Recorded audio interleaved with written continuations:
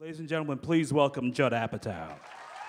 No one has seen this movie. This is the first public showing of the final version of the movie, and I'm so happy to do it here with Elvis at LACMA in this amazing theater.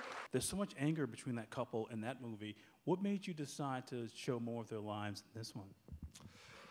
Well, I like anger. I think anger is funny, and a lot of movies about marriage or just movies in general, people don't get that pissed off. So with this movie, I thought, well, I never really told you that much about him, why it goes to that place.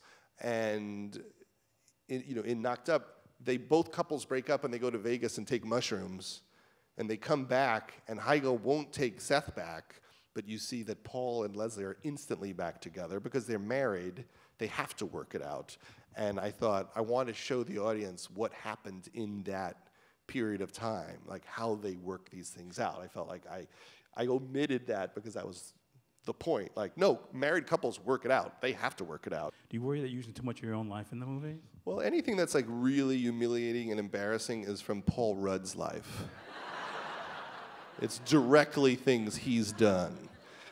So, we always say it's a third real, it's a third observed, or from Paul, and a third we're making up, and then it just becomes a soup, like a novel. So it doesn't feel that, that personal, mainly because the more specific we got about details of our world, the more everyone who saw the movie said, oh, that exact thing happens to me every day. So I'm not as embarrassed as I probably should be. And you have a lot of characters like that. Optimism plays a real interesting part in your films. Well, we have to try to hold on to it as much as we can.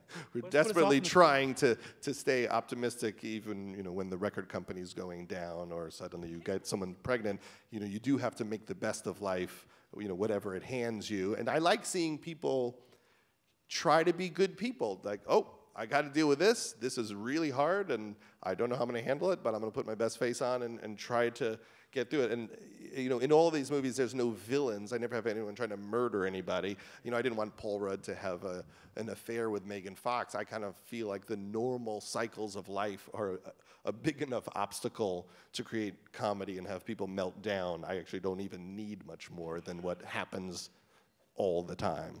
And on that cheery note about marriage, let's thank Judd Apatow, ladies and gentlemen. Thank you, everybody. That was really fun. Thank you very much for sharing that with me. Take care.